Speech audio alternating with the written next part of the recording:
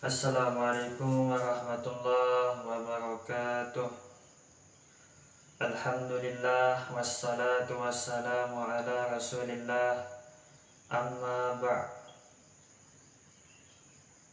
Alhamdulillah, pertama-tama marilah kita panjatkan puja dan puji syukur kehadirat Allah Subhanahu wa ta'ala, yang dengan nikmatnya segala kebaikan menjadi sempurna. Salawat serta salam semoga senantiasa tercurahkan kepada junjungan Nabi besar Muhammad sallallahu alaihi wasallam beserta keluarga, para sahabatnya, dan orang-orang yang senantiasa menapaki jejak beliau ila yaumis sa'ah, sampai tegaknya hari kiamat kelak. Insyaallah pada kesempatan kali ini saya akan menyampaikan materi fikih kelas 7 semester 1 tentang salat 5 waktu. Kita mulai pada pengertian salat 5 waktu.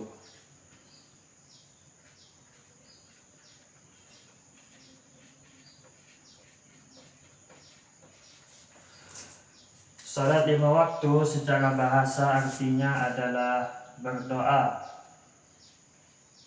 Secara bahasa artinya berdoa.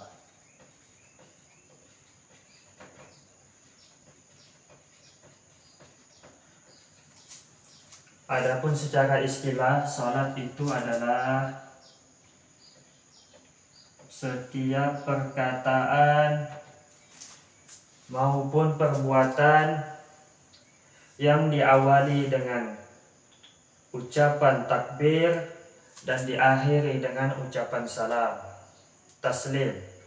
Hal ini sebagaimana yang disebutkan dalam sebuah hadis, Rasulullah sallallahu alaihi wasallam bersabda, "Miftahus salatit tuhur." Kuncinya salat itu adalah bersuci. Wa tahrimuha takbir. Pengharamannya adalah kalimat takbir. Wa taslimuha taslim. Dan wa tahliluha taslim. Dan penghalalannya adalah kalimat salam atau ucapan salam. Maksudnya, ketika seseorang itu sudah mengucapkan kalimat takbir, maka ketika itu ia diharamkan melakukan sesuatu di luar sholat, melakukan sesuatu yang dilarang di dalam sholat, seperti berbicara, makan dan minum. Maka ketika seseorang itu bertakbir, maka ketika itulah dia diharamkan dari segala yang dilarang dalam sholat. Begitu juga ketika seseorang sudah mengucapkan Assalamualaikum warahmatullahi kanan dan kirinya, maka ketika itu segala sesuatu yang dilarang di dalam sholat, maka dia boleh melakukannya. Adapun syarat sahnya sholat, atau lebih tepatnya syarat seseorang itu diwajibkan untuk sholat adalah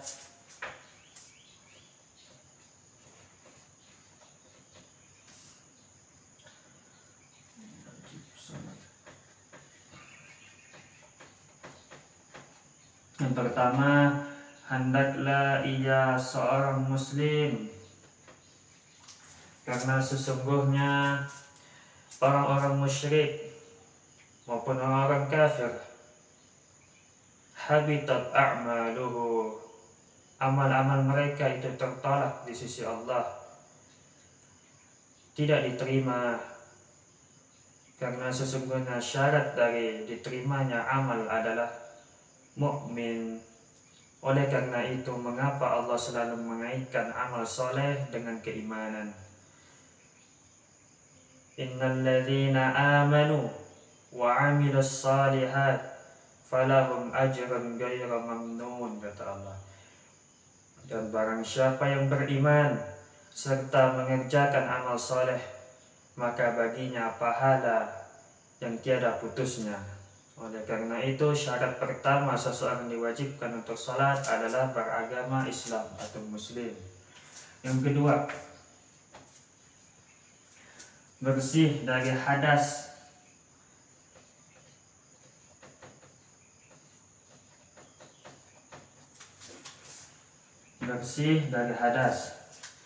yaitu seseorang itu bersih dari hadas kecil maupun hadas besar.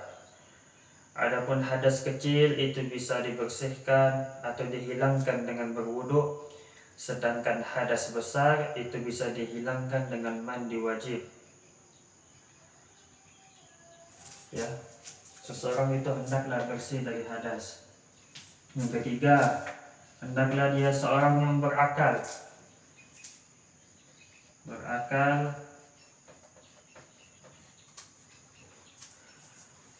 Berakal karena sesungguhnya orang yang gila tidak diterima sholat darinya. Begitu juga orang yang masih kecil, akalnya itu belum sampai, maka dia tidak diberikan beban taklif untuk melaksanakan sholat. Maka hendaklah seseorang itu berakal. Hal ini sebagaimana disebutkan dalam sebuah hadis, Rasulullah Shallallahu Alaihi Wasallam bersabda, "Rafi'atil aqlam", diangkat pena dari 3 golongan. Yang pertama, anak kecil hingga ia baligh. Yang kedua, orang yang gila sampai akalnya kembali. Yang ketiga, orang yang tertidur sampai ia bangun dari tidurnya. Jadi hendaklah seseorang itu berakal, baligh.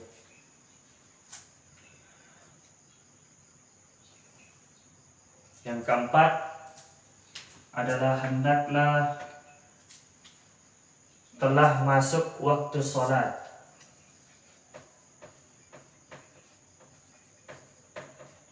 Masuk waktu sholat.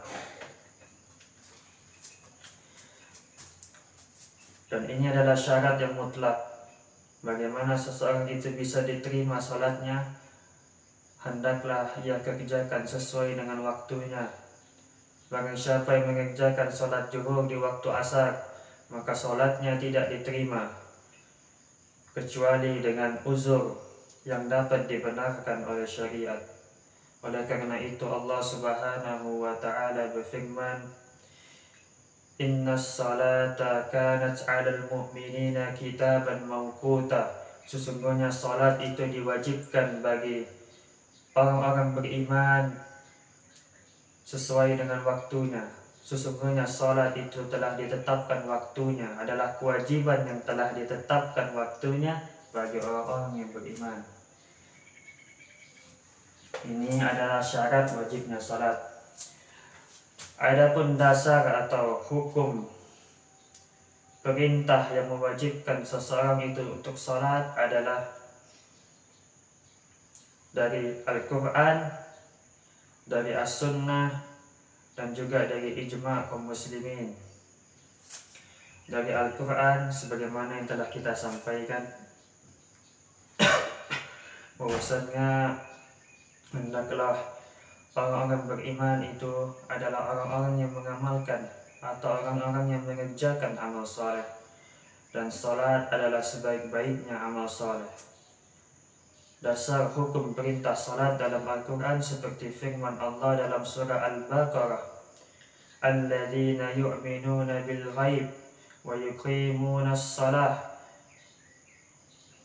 yaitu orang-orang yang beriman kepada perkara yang gaib serta menegakkan salat. Adapun dasar hukum perintah di dalam As-Sunnah adalah sabda Rasulullah sallallahu alaihi wasallam, "Buniyal Islam ala khams." Islam itu dibangun di atas 5 perkara. Salah satunya adalah wa iqamis shalah, tegakkanlah salat. Begitu juga Rasulullah sallallahu alaihi wasallam mengatakan salat adalah tiang agama, yaitu ra'sul amri shalah, ra'sul amri Islam wa amuduhus shalah. Puncak atau inti segala perkara adalah agama Islam dan tiangnya adalah salat. Maka tidak salah jika ada seseorang yang mengatakan as-salatu imanuddin, salat itu adalah tiang agama. Itu syarat pengertian, syarat wajib salat, dan juga dasar hukum perintahnya telah kita sampaikan. Yang terakhir adalah hukum orang-orang yang meninggalkan salat. Hukum orang-orang yang meninggalkan salat.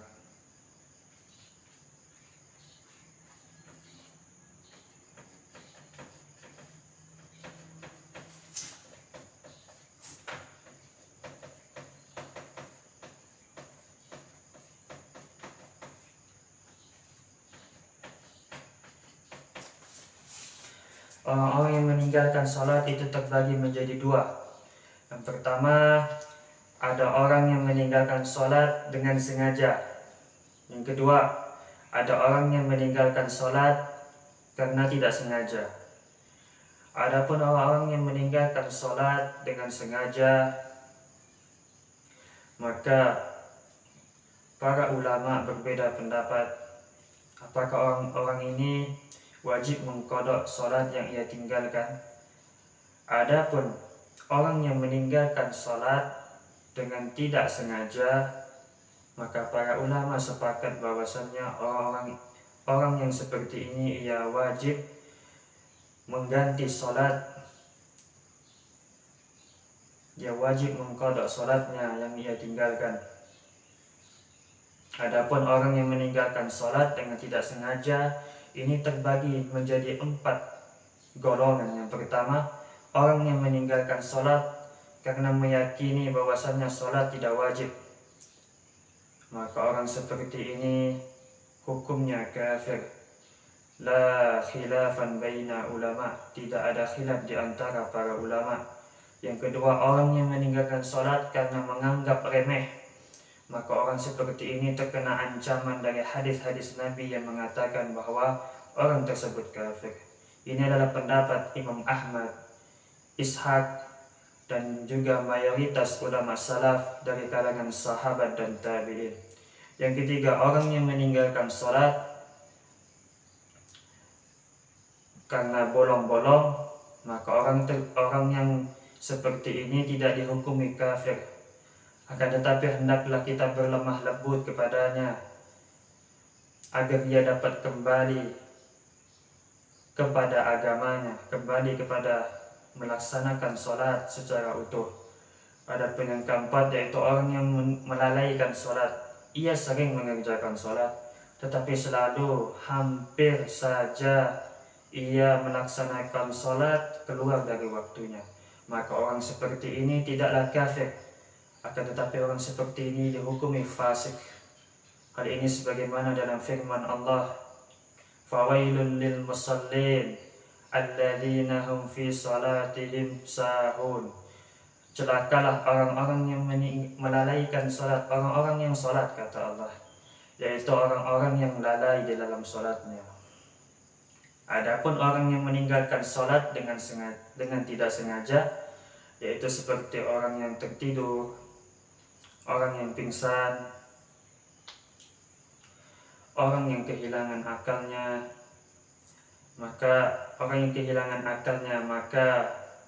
adapun bagi orang yang tertidur, maka ia wajib mengganti salatnya ketika ia bangun. Adapun orang yang pingsan, maka ia wajib mengganti salatnya ketika ia siuman. Adapun orang yang lupa, bukan orang yang kehilangan akal. Adapun orang yang lupa, maka dia wajib mengganti salatnya ketika ia ingat. Sekian pembahasan yang dapat saya sampaikan. Mudah-mudahan yang sedikit ini bermanfaat. Mohon maaf apabila ada kekurangan dalam penyampaian saya. Wabillahi taufik wal hidayah. Wassalamualaikum warahmatullahi wabarakatuh.